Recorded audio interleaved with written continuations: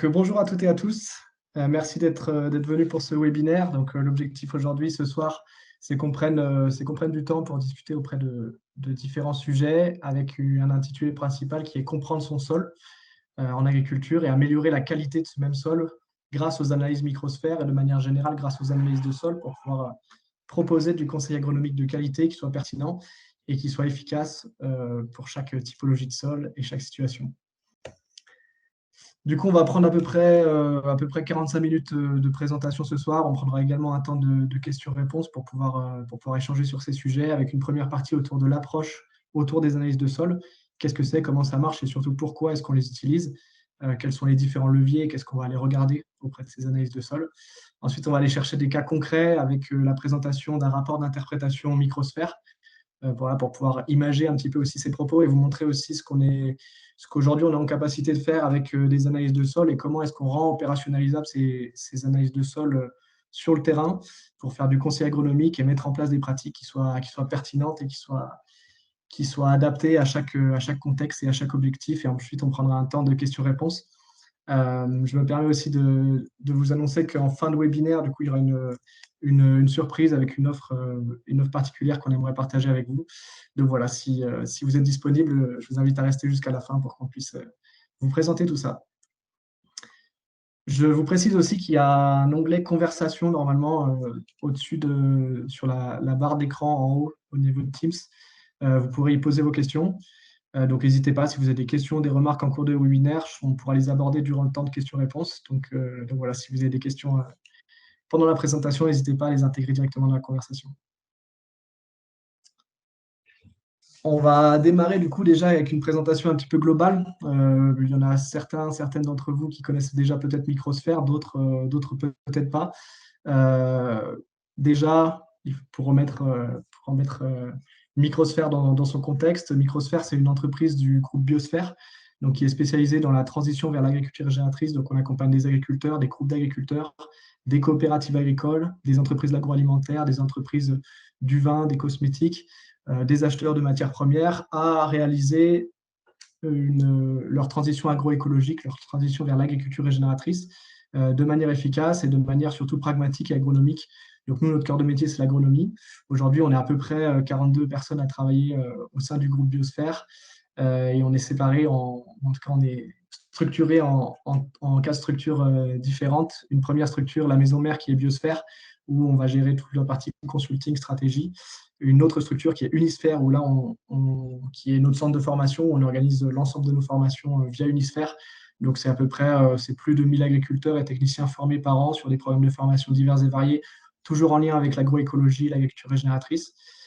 Microsphère, dont on va parler aujourd'hui, et eSphère, qui est un outil digital qui permet de factualiser la transition vers l'agriculture régénératrice et de suivre des indicateurs pertinents de suivi de santé des écosystèmes agricoles et d'efficacité technico-économique, etc. Donc voilà, on a plusieurs références. On travaille majoritairement en France, de plus en plus beaucoup en Espagne, de plus en plus en Europe de l'Est, et des références dans tout un tas d'autres pays, en Amérique latine, dans tout un tas de pays européens, en Asie et en Afrique également. Je voulais commencer ce webinaire avec 3 photos très simples. C'est des photos du coup qu'on a prises pendant diverses missions terrain. En l'occurrence, c'est toutes des photos de test bêche. On observe ici 3 sols différents. Donc nous, on sait qu'ils sont différents parce que c'est nous qui avons effectivement fait les photos et les réalisé ces tests bêche. Mais déjà, visuellement, on appréhende la différence entre ces 3 sols. On voit que les textures sont différentes, que le pourcentage de cailloux est différent, que la couleur est différente, que la biomasse, en tout cas la biomasse est aussi différente, que ce soit au niveau des racines, que ce soit au niveau de certains vers de terre qu'on peut voir apparaître sur certaines de ces photos. Et tout l'enjeu, et c'est pour ça que je voulais démarrer avec ces photos-là, c'est que tout l'enjeu, c'est que le lien qui unit l'ensemble de ces sols, c'est les pratiques agricoles, c'est en tout cas l'activité agricole. Et pourtant, ces sols, ils ont une génétique et des niveaux de santé complètement différents. Donc, ce que j'entends par génétique, c'est tout ce qui va constituer les ressources principales de ce sol, notamment sa texture, sa quantité de sable, de limon, d'argile, la nature de la roche-mère, la quantité d'éléments minéraux, le pH naturel du sol, etc. Et ensuite, on a les niveaux de santé qui, là, sont des indicateurs qui sont plus variables, qui vont plus bouger dans le temps. qui vont être liées au pourcentage de matière organique, au niveau de compaction, à la structure du sol, au niveau d'activité biologique, etc. Et aujourd'hui, ce qu'on va vouloir explorer pendant ce webinaire, c'est le lien aussi entre cette génétique et ces niveaux de santé, donc avec des indicateurs qui sont très liés à la nature des sols et des indicateurs qui sont plus liés aux pratiques, à l'évolution de ces sols et de leur niveau de santé dans le temps. Et surtout, une des questions qu'on va se poser, c'est comment est-ce qu'on fait pour adapter des systèmes, des pratiques, des analyses, des recommandations, alors qu'on peut avoir des typologies de sol qui sont complètement différentes avec des génétiques et également des niveaux de santé qui vont être complètement différents. Je précise simplement pour les personnes qui viennent de nous rejoindre, enchanté, vous pouvez poser vos questions directement dans l'onglet conversation en haut de la bannière Teams. Pour revenir à cette histoire de génétique et de santé des sols, nous, on va parler, comme d'autres, de 3 fertilités principales qui vont composer les sols. La fertilité première qu'on connaît très bien et qu'on a bien explorée en agriculture depuis plusieurs dizaines d'années, c'est la fertilité chimique. C'est le pH du sol, c'est la CEC, c'est la quantité d'éléments minéraux, d'éléments majeurs, etc., d'oligo-éléments également. Celle-là, elle est très connue. C'est ce qui a drivé beaucoup l'approche agricole, encore une fois, depuis plusieurs dizaines d'années. Mais on a d'autres fertilités qui viennent s'imbriquer au sein de celle-ci, notamment la fertilité physique et la fertilité biologique. Donc, la fertilité physique, c'est tout ce qui va traire à simplement la structure physique des sols, à leur niveau de compaction, à l'agencement des mottes entre elles, à l'agencement des agrégats, des particules de sol, à la réponse aussi au sol, à divers événements, notamment des événements climatiques avec des pluies importantes, avec de l'hydromorphie, avec la gestion de l'eau, qui vont complètement pouvoir influencer cette structure physique et comment les sols répondent aussi à ces contextes-là. Et ensuite, on a la fertilité biologique, qui là, pour le coup, est on va dire, en pleine redécouverte depuis plusieurs années au niveau de l'agricole et de l'agronomie. C'est une part qui avait été oubliée pendant longtemps. Pourtant, on se rend compte que c'est une part absolument essentielle de la fertilité des sols et de la fertilité des systèmes agricoles. La fertilité biologique, ici, on n'a pas de photo, mais évidemment, on comprend aussi le végétal à l'intérieur de cette fertilité biologique. On va comprendre aussi des macro-organismes comme des vers de terre, par exemple, des colamboles, des carabes. Et ensuite, on va aller inclure là-dedans aussi tous les micro-organismes, principalement bactéries, champignons, mais aussi protozoaires, nématodes et tout l'écosystème qui est présent autour de cette fertilité biologique. Et le point clé, et là où je vais en venir aussi avec ce schéma, c'est que ces 3 fertilités, elles se répondent en permanence, elles sont en interconnexion permanente. Et c'est, à mon avis, à mon sens, ce qui nourrit aussi l'approche agronomique, notre approche agronomique, mais aussi, je pense, une approche agronomique plus globale au sujet de l'agriculture régénératrice et de l'agroécologie, c'est comment est-ce qu'on fait le lien entre ces 3 fertilités, comment est-ce qu'on arrive à avoir des systèmes qui soient efficaces sur l'ensemble de ces fertilités, puisque, comme je viens de le mentionner, elles sont toutes imbriquées les unes avec les autres. Et la particularité, c'est que dès lors qu'on a un blocage sur la fertilité chimique, ça peut engendrer un blocage sur la fertilité biologique, qui elle-même va engendrer un potentiel blocage sur la fertilité physique. Dès qu'on a un problème sur la fertilité physique, par exemple, des compactions dues à un travail du sol, à du passage d'engins, à des sols qui ont naturellement tendance à être sensibles à l'hydromorphie, par exemple, ou à une combinaison de plusieurs facteurs. Dès qu'on a des structures qui commencent à être problématiques, elles vont être problématiques aussi pour le vivant. Et on sait aujourd'hui que le vivant est au cœur de l'ensemble des cycles des éléments nutritifs dans les sols, donc il va avoir directement un impact sur la fertilité chimique. Donc un problème de structure en fait, peut engendrer à la chaîne des problématiques autres sur la partie biologique et sur la partie chimique, donc in fine sur la nutrition, la santé des plantes. Et de la même manière, dès qu'on a des problématiques de fertilité biologique, on peut avoir évidemment des problèmes de fertilité chimique et physique.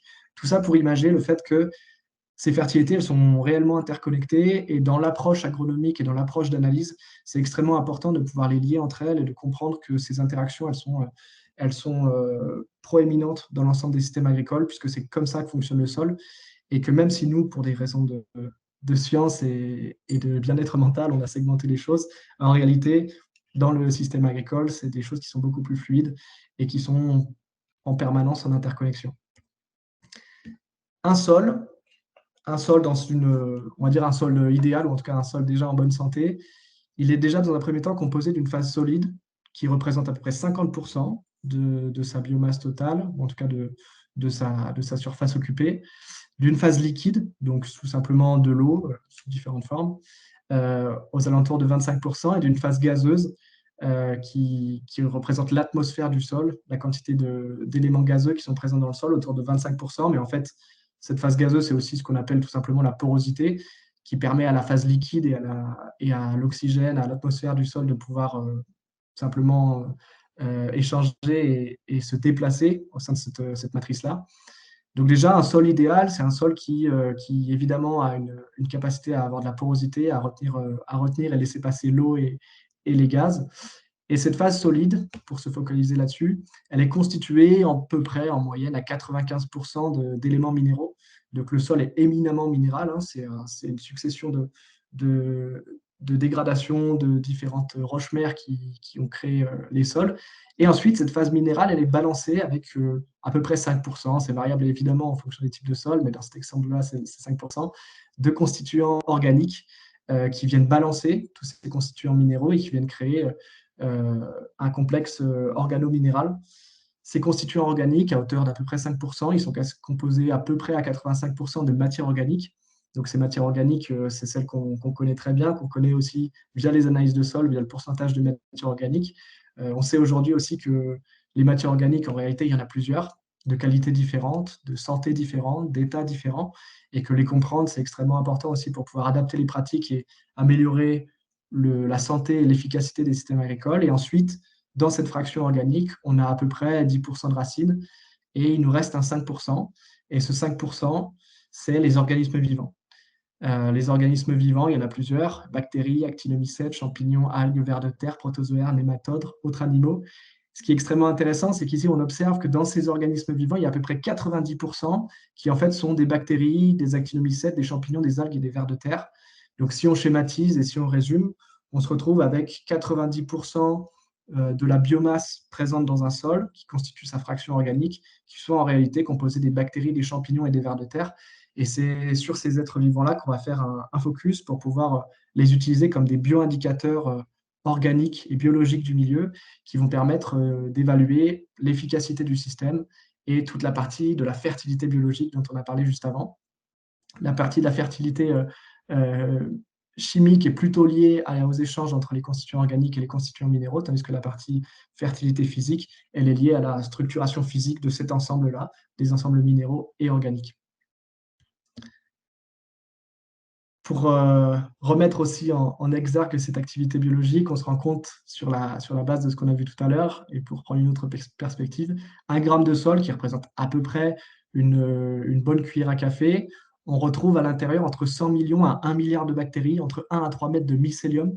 Donc pour celles et ceux qui ne connaissent pas, le mycélium, c'est simplement le corps, c'est la partie arbusculaire du champignon qui en fait va pousser en long, un peu comme des racines, et qui va venir créer ce qu'on appelle du mycélium, des arbuscules, qui viennent ensuite englober les différentes fractions minérales et organiques du sol, qui va grandir en longueur.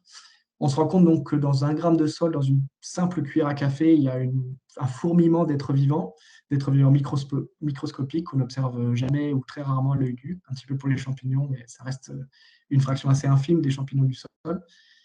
Et qu'en fait, cette activité biologique, qui constitue encore une fois la fertilité biologique avec d'autres, elle va avoir des fonctionnalités qui lui sont propres et qui sont extrêmement importantes, qui vont avoir un impact extrêmement fort sur le système agricole, sur son fonctionnement, sur son efficacité.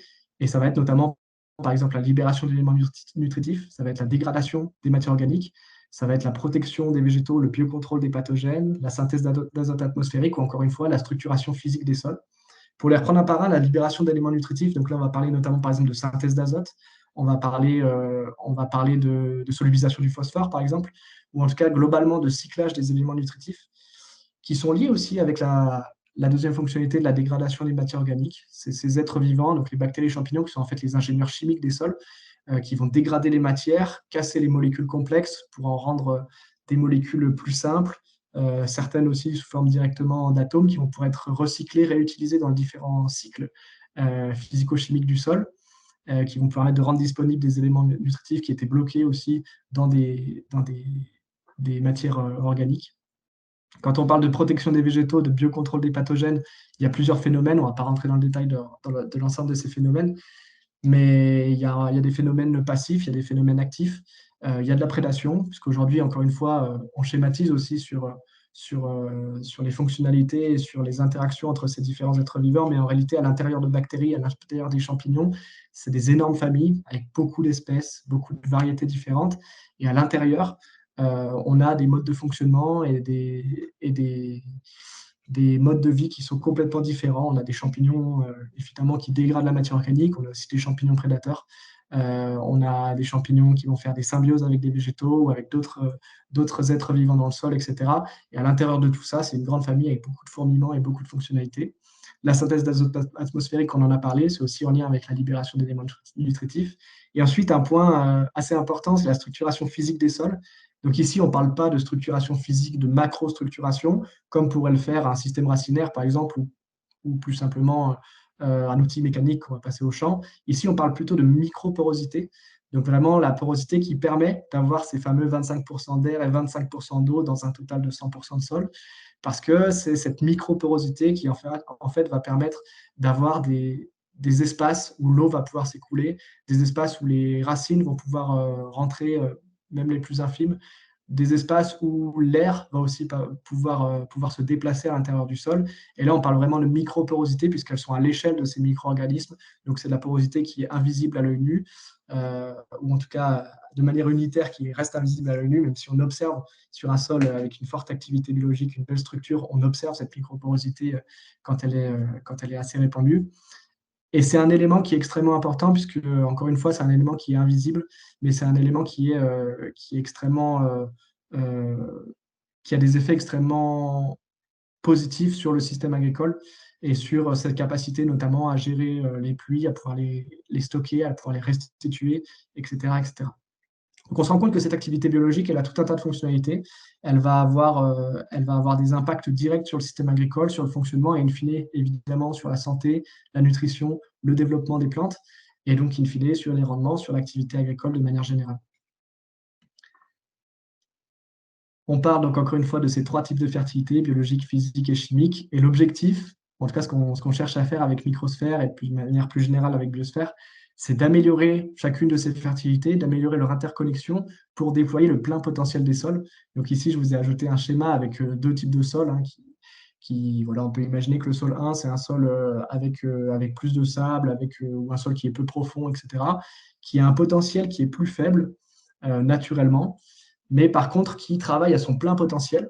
Et en fait, on va se rendre compte que ce sol, eh ben, finalement, il est au même potentiel déployé que ce sol 2, qui est un sol avec plus d'argile, avec plus de limon, des sols profonds, avec une structure intéressante, une porosité intéressante, mais où on se rend compte que ce potentiel, il est sous-développé, il est sous-utilisé, il est sous-déployé. Et donc, au final, sur sol 1 et sol 2, on a globalement les mêmes résultats, on a globalement les mêmes interactions, alors que la simple et unique différence, c'est que sol 2 pour aller beaucoup plus loin dans son expression physique, chimique et biologique, et donc, in fine, dans la qualité des restitutions sur la pousse des plantes, sur leur santé, sur les rendements agricoles, etc., etc.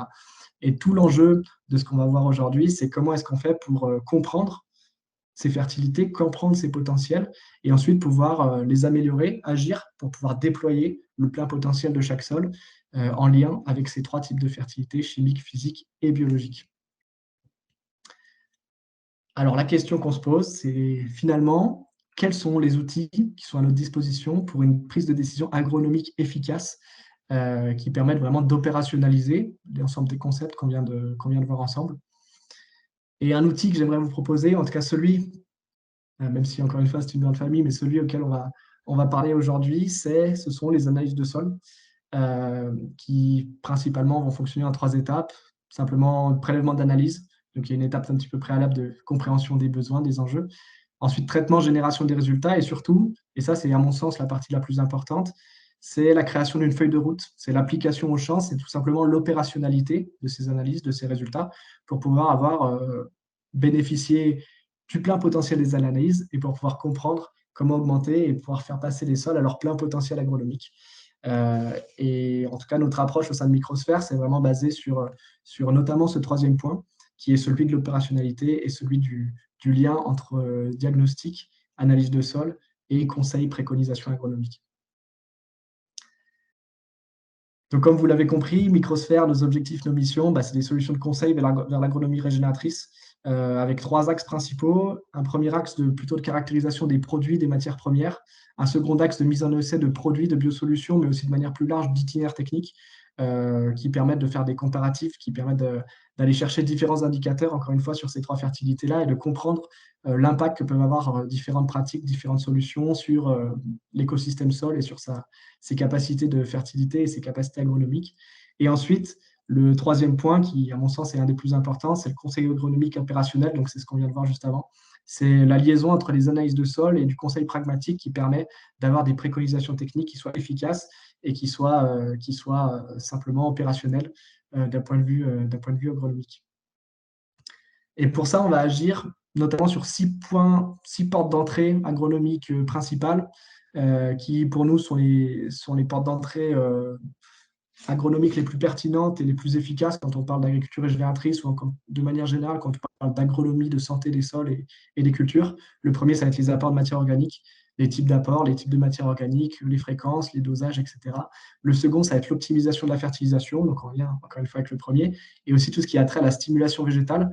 Donc ici, on va parler évidemment de biostimulation, mais pas uniquement. On va parler aussi simplement de l'écosystème sol, notamment sur la fertilité biologique qui naturellement va pouvoir stimuler, accompagner les végétaux durant différents stades physiologiques.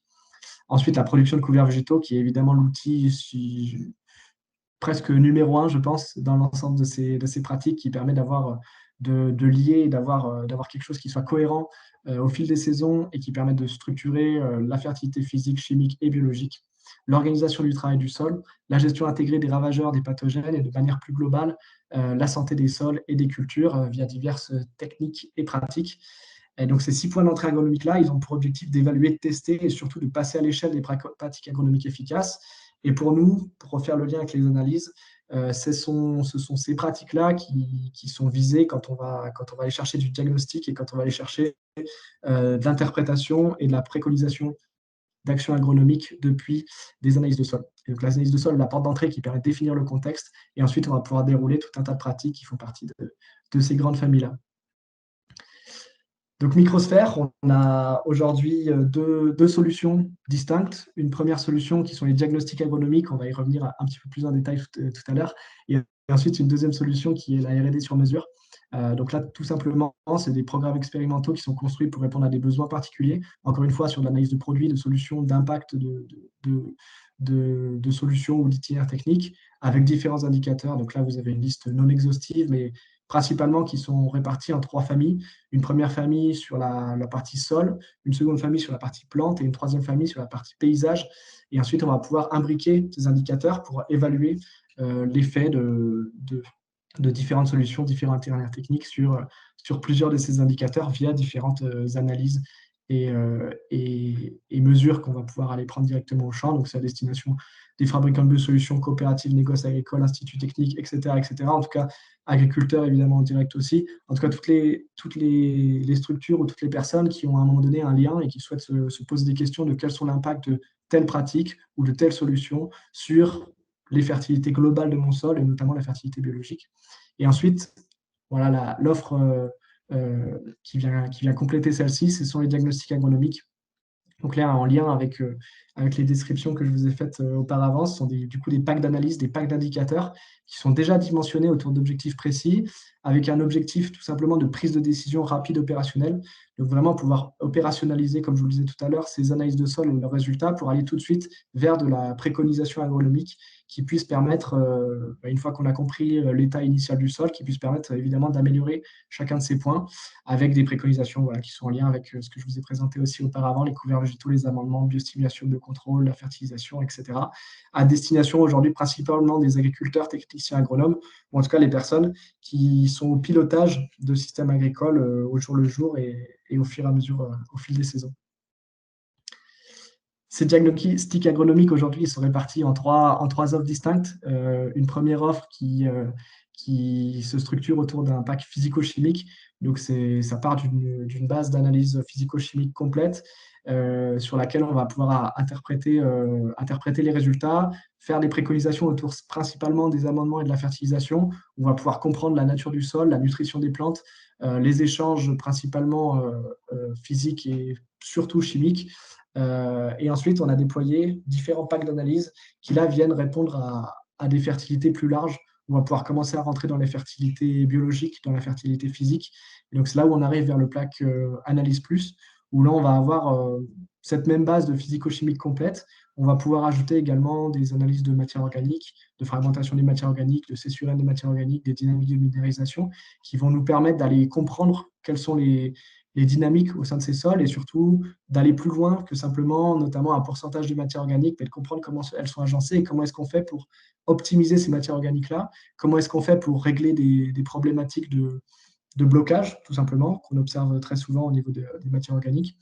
Et on va lier tout ça avec la nutrition des plantes, la nature du sol, la granulométrie, etc., pour faire des préconisations, pour le coup, un petit peu plus larges. On va pouvoir aller chercher de l'amendement, de la fertilisation, de l'apport de matière organique, les couverts végétaux, évidemment, notamment les typologies de couverts, leur mode de gestion, leur mode de semis, de destruction, etc. Et ensuite, on part sur un pack, pour le coup, premium, en tout cas complet, où là, on va pouvoir intégrer des indicateurs de fertilité biologique qui sont beaucoup plus poussés, parce qu'on va aller aussi chercher de la qualité microbienne, avec des préconisations, encore une fois, sur la même base que les précédentes, mais avec plus de précision. On va pouvoir intégrer également la gestion des pathogènes et la biostimulation au sens large. Mais vous verrez ce que j'entends par là juste après. Je vais pouvoir vous présenter une démo de tout ça. Donc, on va comprendre la nature du sol, la santé du sol, des matières organiques, la nutrition des plantes, les dynamiques de nutrition des plantes, la qualité microbienne. Et vous le verrez, qualité microbienne, c'est un ensemble de familles assez large. Et ensuite, on a une offre annexe qui vient se greffer à tout ça.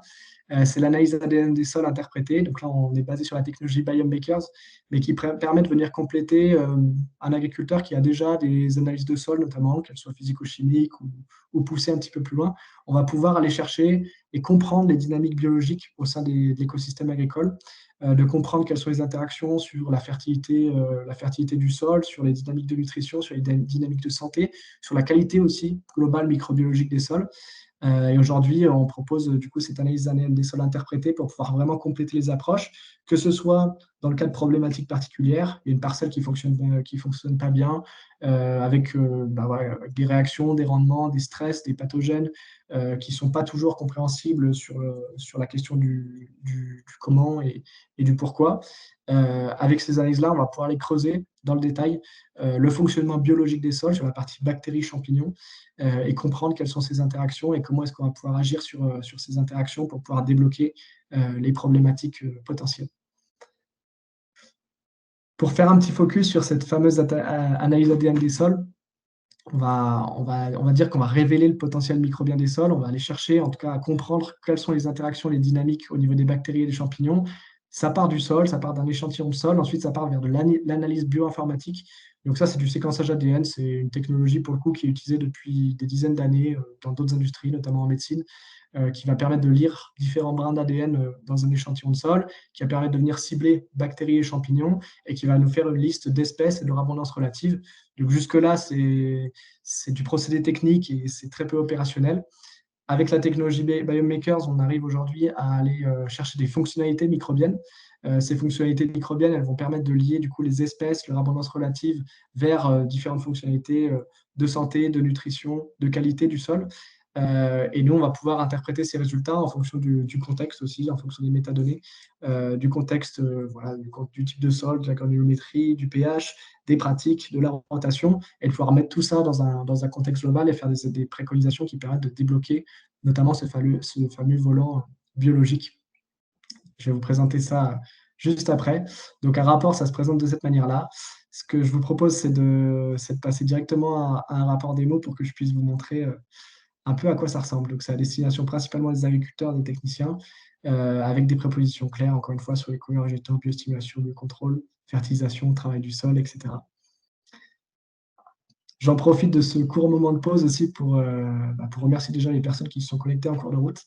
Également vous informer que vous avez un onglet conversation en haut de la barre sur Teams, sur laquelle vous pourrez poser des questions. Donc, on prendra un temps en fin de session pour pouvoir répondre aux questions dans la mesure du possible.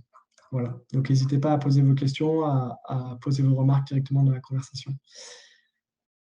Pour rentrer un petit peu dans ce rapport interprété ADN, on a plusieurs informations. Donc, évidemment, les informations de base. Donc là, c'est un exemple sur blé. On a un guide d'interprétation, puisque chacune des fonctionnalités est représentée par un niveau de potentiel d'expression. qui va de très faible à très élevé. Et en fonction de ce potentiel d'expression, on va pouvoir aller chercher des résultats agronomiques sur la qualité, la santé et la nutrition des sols et des plantes. On a une première partie, du coup, comme je vous le disais, avec des indicateurs de qualité du sol, de fonctionnalité globale de la microbiologie, donc encore une fois, c'est bactéries, champignons, de la biodiversité et de la résistance. On va y intégrer ici, chez nous, voilà, évidemment, toute une partie interprétation qui permet de lire aussi pour vous ces différents indicateurs et pouvoir détailler leur présence et leur nature. Ensuite, on va avoir une deuxième famille qui est extrêmement importante et qui va se décomposer en deux sous-familles. C'est celle de la santé. La santé, donc on a une première partie qui est entre guillemets de la santé dure, qui est la partie haute que vous voyez ici. On va aller chercher notamment la présence de pathogènes, donc ce que vous voyez ici sur la droite. On va aller chercher l'abondance relative des différents pathogènes qui sont en lien avec la culture sur laquelle on va faire l'analyse. En l'occurrence, c'est du blé, donc on se rend compte que sur cette analyse-là, on a détecté via l'analyse ADN une très faible quantité de fusariose de l'épi, une très faible quantité de septoriose. Donc on a un niveau de risque qui est effectivement aussi, lui, très faible. Et ensuite, on va pouvoir mettre en lien ces résultats-là avec les indices de biocontrôle. Donc, c'est la capacité du sol et notamment de la biologie des sols à aller naturellement contrôler les pathogènes. Et donc là, on va pouvoir rentrer dans le détail de la capacité des bactéries de champignons dans le sol à contrôler d'autres champignons, d'autres bactéries, des insectes, des nématodes, etc. Et en faisant le lien entre les deux, on va pouvoir évaluer aussi des niveaux de risque et des potentielles actions sur l'inoculum de maladies en cours de saison ou avant implantation de la culture. Et ensuite, on va rentrer dans une deuxième famille qui est la santé, on va dire, un petit peu plus douce, ce qui va se matérialiser par l'indice de production d'hormones. Donc ici, on a 3 hormones qui sont détaillées. Donc c'est la capacité, encore une fois, des bactéries et des champignons du sol à synthétiser et à pouvoir proposer, à fournir aux végétaux des hormones, donc de l'auxine, de la cytokinine, de la gibberelline. À chaque fois, on a encore une fois les indices de couleur. On pourra vous envoyer évidemment cette démo pour que vous puissiez la regarder un petit peu plus en détail. Ici, on voit que l'auxine, par exemple, a un niveau de potentiel qui est élevé. On voit que pour le coup, la gibberelline a un niveau de potentiel qui est très faible. Ça va nous donner des indications sur la gestion de la culture sur différents stades physiologiques, etc. Et ensuite, on a une deuxième partie qui sont les indices d'adaptation au stress.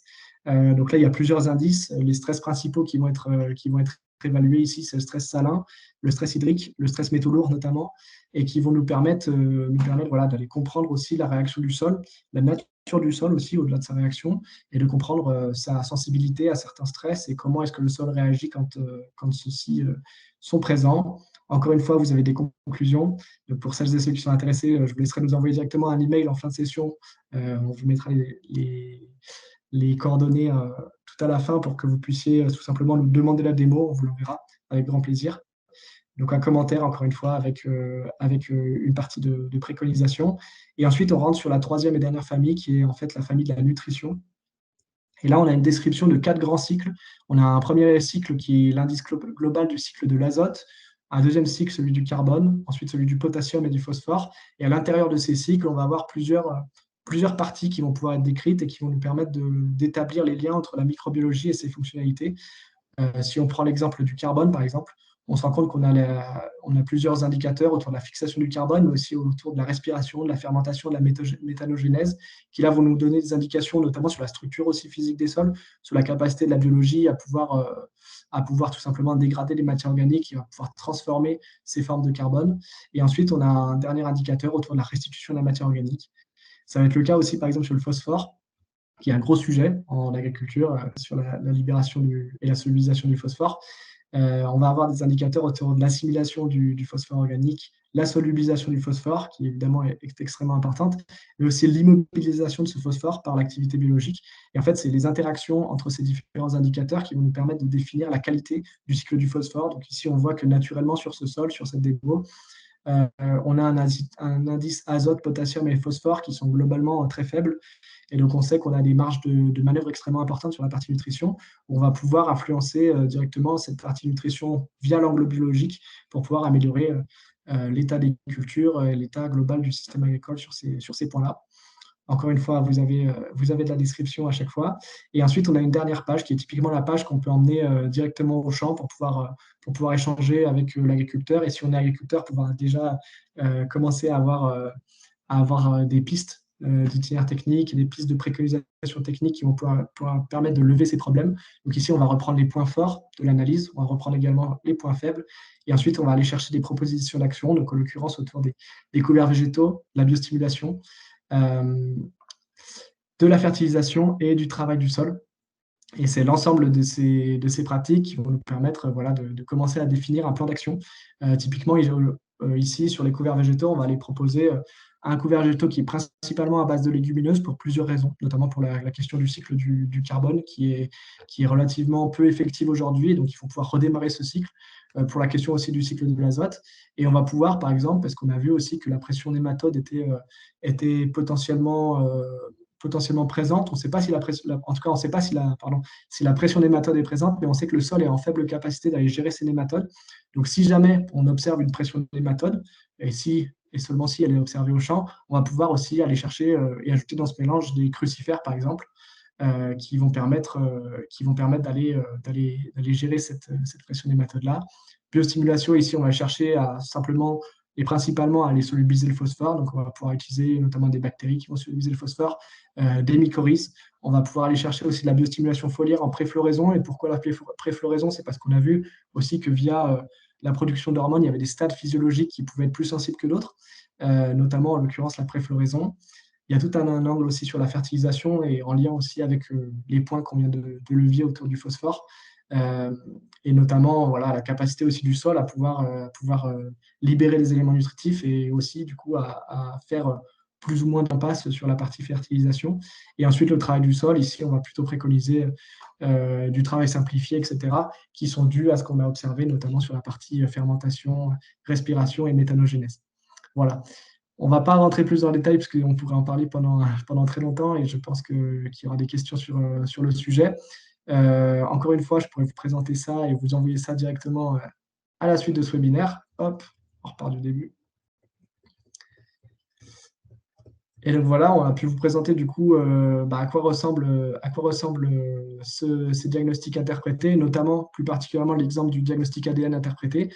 L'ensemble des autres offres qu'on propose sur les packs physico-chimiques, les packs Analyse Plus, donc avec les matières organiques, et les packs complets qui comprennent la physico-chimique, les matières organiques et la partie biologique avec ce qu'on vient de voir, sont sur le même modèle, tout simplement avec le même modèle, avec une description des différents indicateurs, ensuite des points forts, des points faibles et surtout des propositions d'action qui sont en lien avec ce qu'on a pu observer tout simplement dans les résultats d'analyse de sol. Le fonctionnement est extrêmement simple. C'est la proposition d'une analyse qui soit adaptée aux besoins, qui soit adaptée aux objectifs aussi. Donc là, évidemment, nos équipes sont aussi là pour échanger avec vous, pour pouvoir définir ces objectifs-là et puis vous orienter vers les solutions qui sont les plus pertinentes en fonction de ce que vous cherchez à faire.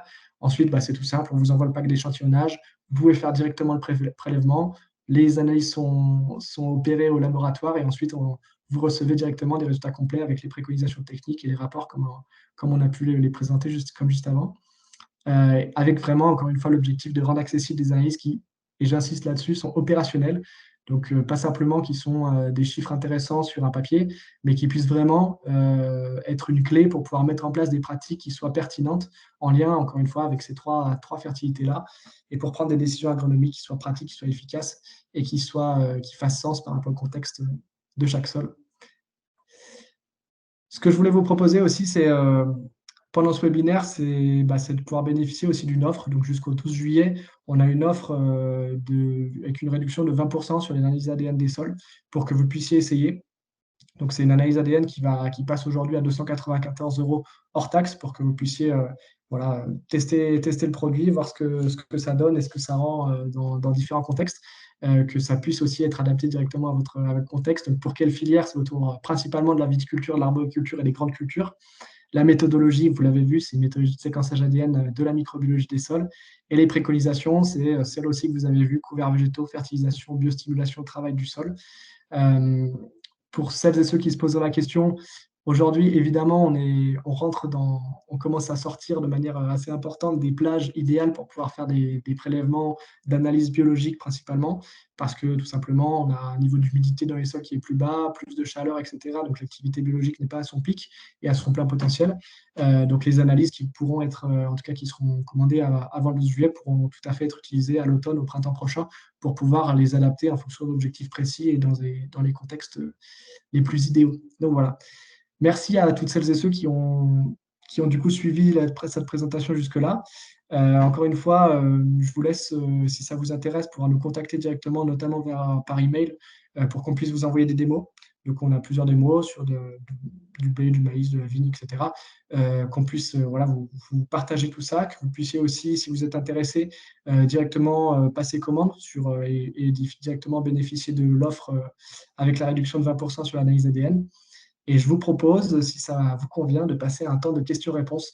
Donc, je ne sais pas s'il y a possibilité d'ouvrir les micros, je ne suis pas sûr, mais en tout cas, si vous avez pu interagir pendant cette présentation, je vais pouvoir lire directement les questions qui sont présentes dans la conversation.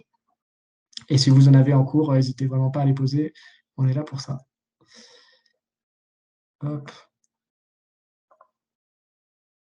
Bon, il y a du monde, parce que je vois. Je ne vous voyais pas jusque-là. Donc. Hop, on a plusieurs questions. Alors, on a Lucien qui le demande. Étudiant en master, environnement, orientation, gestion durable des sols, pouvez-vous me permettre d'utiliser cet outil dans le cadre de mon travail de mémoire?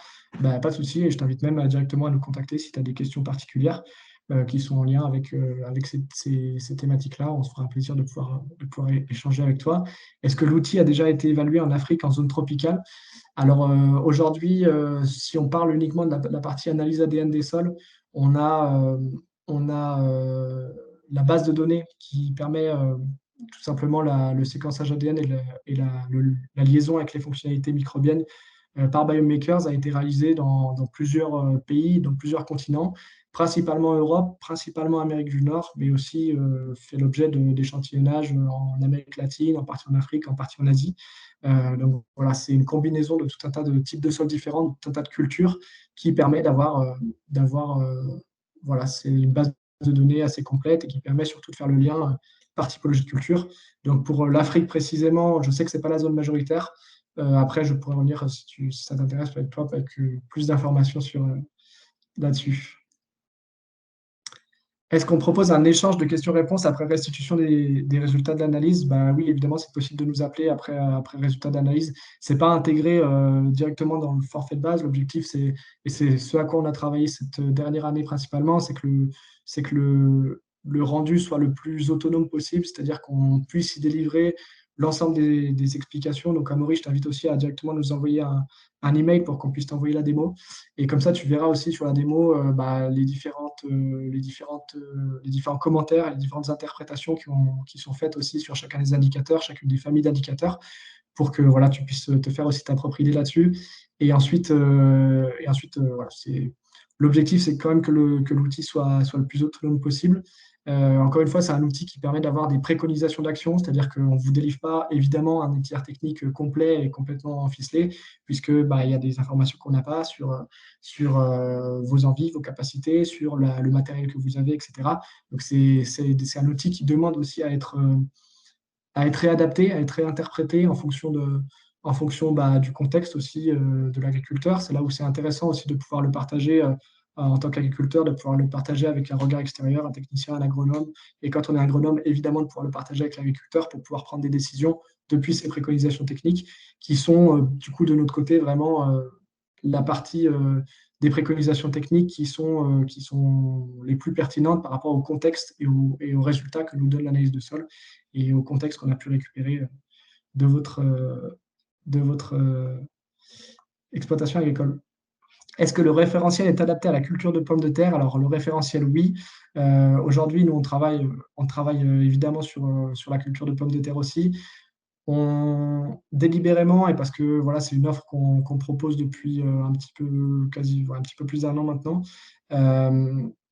on a fait un focus principalement sur la viticulture, l'arboriculture et les grandes cultures. Grandes cultures, j'entends évidemment blé, orge, maïs, colza, etc. Euh, Et, et donc aujourd'hui, on propose pas l'interprétation directement sur pomme de terre. Après, si vous avez des projets particuliers, encore une fois, n'hésitez pas à nous contacter. Je pense que c'est des choses qui peuvent tout à fait se réfléchir en interne et qui peuvent se mettre en lien. Donc, n'hésitez pas à nous contacter là-dessus. Je vois qu'on n'a pas d'autres questions. Alors si, pour celles et ceux qui auraient des questions de dernière minute, n'hésitez pas à les poser dans le chat.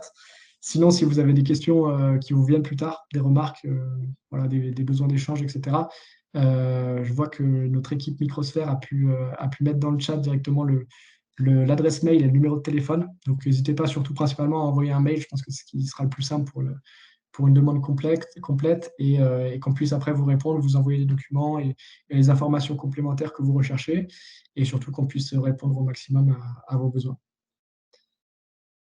Voilà, je vois qu'on n'a pas de questions supplémentaires. J'espère que vous avez tous et toutes passé un bon moment, que vous avez pu découvrir Microsphère, découvrir ce qu'on fait. Je vous remercie d'être venus aussi nombreux et nombreuses. Et voilà, n'hésitez pas à nous contacter après le webinaire, on se fera un plaisir d'échanger avec vous.